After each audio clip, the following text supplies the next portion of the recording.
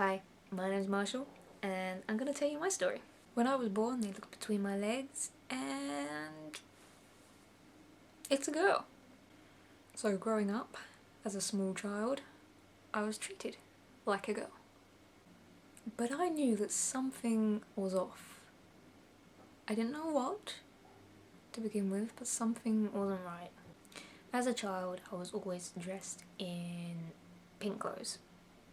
My parents put me in pink, and they put my little sister in blue. And that really irritated me. I remember asking once, why do I have to wear the pink? And they said, because I have dark hair. The pink goes nice with the dark hair, and the blue goes nice with the blonde hair. And that really irritated me. I wanted blonde hair. I wanted to be able to wear the blue. Blue was way cooler than pink. I did end up hating pink because of that. I'm okay with pink now. Pink's cool. But at the time, I hated it. So as soon as I could actually dress myself, I wouldn't dress myself in pink. I didn't wear dresses usually, unless I was forced to wear them. I guess I probably was what most people would consider a tomboy. I would just wear t-shirts and trousers. I would play basketball, I'd play football, I'd play hockey. I was forced onto the girls' netball team, which was really annoying, because basketball's way cooler than netball. No offense. Just saying. I would climb trees. I would jump out of trees. I would spend a lot of time outside. Until we got the internet. But yeah. Nah. But we actually didn't get the internet until I was quite old, so I never had it as a child. As for toys, I had a fair amount of both boys and girls toys. I mean, I had Barbie dolls, but I didn't actually play with Barbie dolls much that I remember. I was given them when I didn't use them. One of my favourite toys as a child was a police car that I had. It was quite big. It was a big police car. And it made the siren noise and the lights would flash, and I just thought that was the coolest toy ever. When I was very young, I was obsessed with Thomas the Tank Engine. Some of you may already know that. I used to have all the little toys of it, and I was so jealous when my brother, he got Thomas the Tank Engine bedding, and I didn't have that. I had girly bedding. I never was one of the girls that would be into Disney princesses. I've never been into Disney princesses. I don't dislike them. I've watched them all. But I would never be one that would watch them over and over again. I was more into the animal Disney films. Lady and the Tramp, Fox and the Hound. Those were the ones I watched a lot. You know when children play pretend? Yeah, I remember doing that. Me and Sam used to play pretend together. Which was probably a bit weird because there was a big age difference, but whatever. I was always the male character and she was always the girl. I was never a female character when we played pretend. I was always a guy. Most common one was Robin Hood. It was good. It was good. I knew I wanted to be a boy. I didn't know I was a boy, because I didn't know that was possible. School was difficult at times, for multiple reasons. Obviously, being disabled makes school difficult anyway. Makes making friends difficult. I was a loner most of the time when I was at school, up until a long way actually. Most of my school life I was a loner. I didn't really have that many friends. I used to spend a lot of time in the library by myself, drawing or reading. Yeah, I was that lonely, nerdy person in the corner. Yep. When it came to PE, wait, how do you say it? PE, physical education gym, or however you say it. We had it mixed, boys and girls together, so that wasn't a problem. It was just being in the changing rooms was a bit of a problem, because obviously I was in the girls' changing room, and that felt so wrong and so awkward, because they'd all start getting down to their underwear and I was just feeling really uneasy in the corner. It was not right. I'm not sure what age I was, possibly 14 onwards, maybe even before then, I don't really know. I knew I wanted a sex change. I knew that I wasn't happy, but because of all the stuff I'd heard about people that have sex changes and how they were portrayed in the media at that time, scared me. They were always portrayed in a negative way, showing that they were so different, showing that they were basically weird for doing what they do. It wasn't a positive thing, it was bad. So I was like, no, I don't want to be like that. I don't want to be looked at in that way where people look at you and think, oh my god, what have you done to yourself? It scared me a lot, and I just tried to block it all out and just go on with life, I guess. I just didn't know what to do about it, so I just sort of, brushed it under the carpet like you do. We just kind of ignore that. And so I just went with the whole tomboy idea. It's like, yeah, it's close enough. When I was 16, I'm pretty sure that's when my depression and self-harming started. I'm not completely sure about the self-harming, that might have been before then, but definitely when I was 16, that's when everything happened. A lot happened that year that really, it was very bad.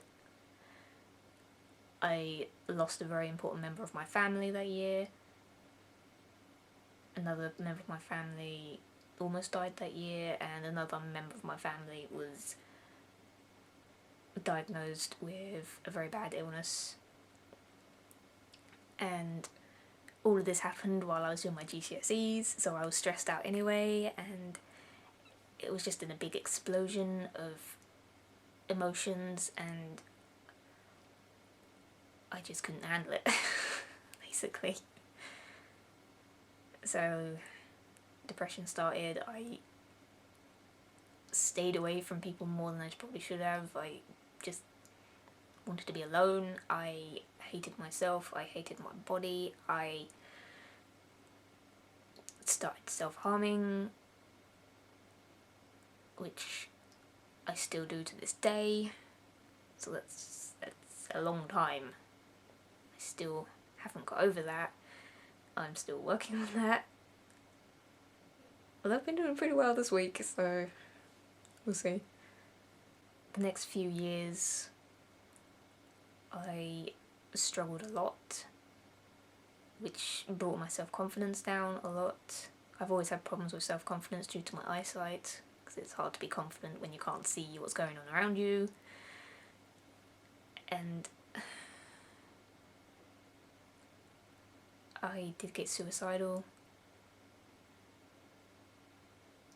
I have attempted suicide more than once in my life, and not recently. One thing happened, I can't remember how old it was, I think I must have been early 20s, which made me so happy. I don't even know, it's not that big a deal, but it made me so happy. I was dressed rather scruffily. I think I was wearing a band t-shirt, probably My Chemical Romance, jeans, and I had scruffy hair at the time, just yeah, nothing special. I just answered the door. The man at the door handed me stuff, and he was like, "Thanks, young man." I couldn't believe it. I was so happy. It was the best, one of the best moments ever. I would never forget it. He doesn't realise what he did. That really did help me a lot. Because it made me realise that I can still be called a young man, even though, as far as a lot of people would consider that I'm not. If that makes any sense. Cosplaying helped a lot with the self-confidence, because you become a different character, which is amazing. Especially, you can become a different gender. You can cosplay characters from the other gender. That was amazing. Going to conventions as a guy and being dressed as a guy. I mean, I've always been wearing more guyish clothes, and I did start quite early on just buying clothes from the men's, because, let's face it, men's clothes are comfy. They're comfy and they look good. What more do you want?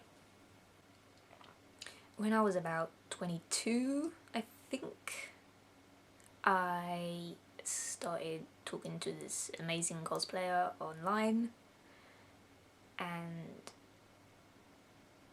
just talking to her was really good. I really used to look forward to it each evening, actually going on the computer and talking to her.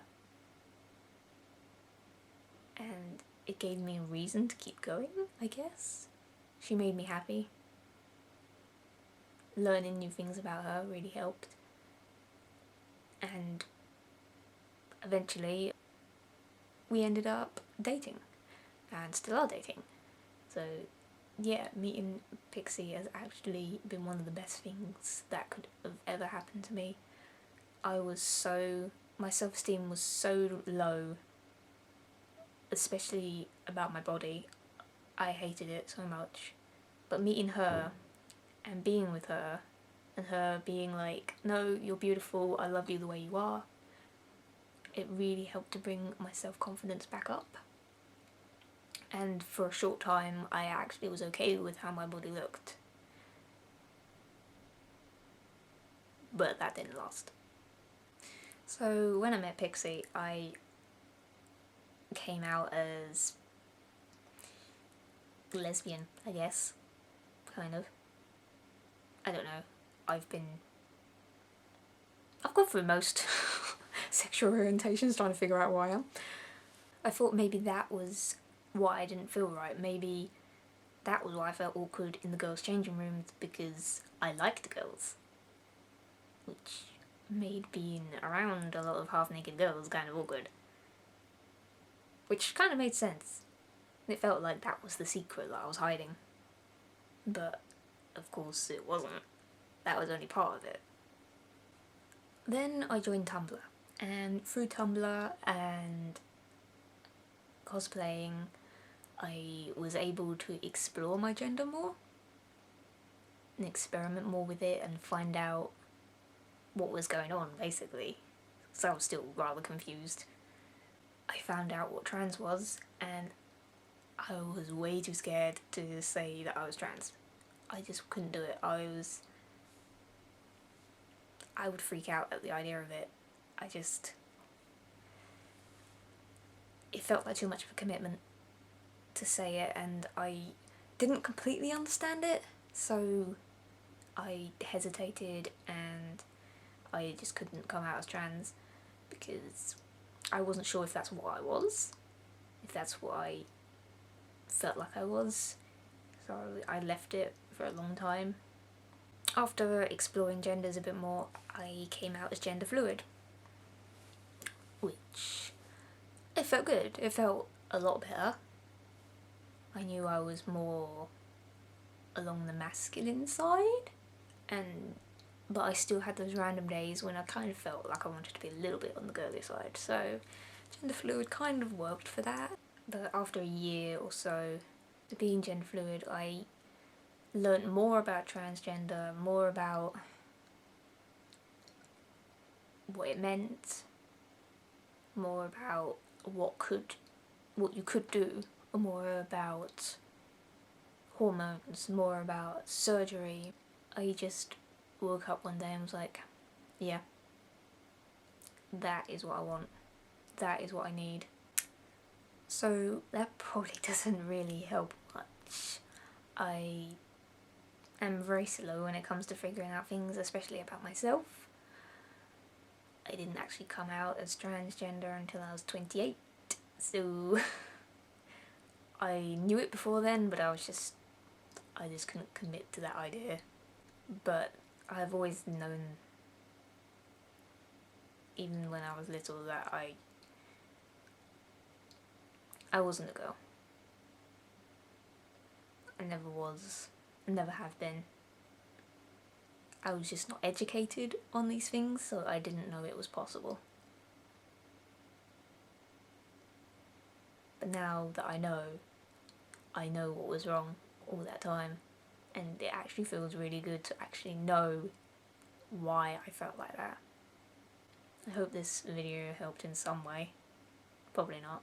And I'll probably see you soon.